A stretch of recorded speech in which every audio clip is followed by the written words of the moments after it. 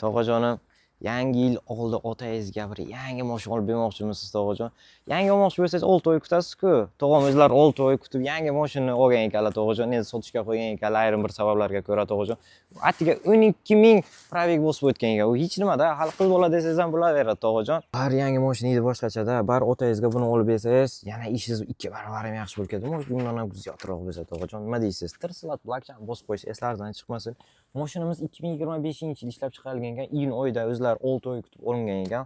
Bosib o'tgan masofasi 12 ming, qittigina o'tgan, tog'ajon. Hamma rasxodlar qilib qo'yilgan. Chixol, pollik hammasi qimmatidan. Va undan tashqari bitta gaz ballonchi ham qo'ygan ekanlar, metan 4-pokoleniyasidan.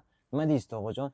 Narxi qancha deb o'ylaysiz? Mendan oldin bitta kommentariy yozib qoldiring qani. 2025-yil Cobalt o'z narxi qancha? Bu mashina bukasi ham yangi-ku. Bari Cobaltga orqa stolni pisochni miyas qilsangiz, boshqachada bagat. Nima deysiz, tog'ajon? Mashina aytayman-ku, hamma rasxodlar qilib qo'yilgan, hammasi zo'rlardan qilib qo'yilgan, tog'ajon. Tog'ajon, haftaga holov bilan bo'lmasin, tog'ajon. Shu paytda o'zingizga bitta bosib qo'ying, tog'ajon, biron joyingiz kam bo'lmaydi, tog'ajon. Cobaltimizning narxi qancha deb o'ylaysiz, tog'ajon?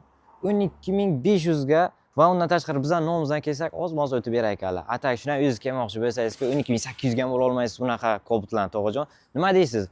Mashina narxi o'zga stoyishmi yo'qmi? Kommentariyada o'z fikringizni yozib qoldiring, tog'ajon.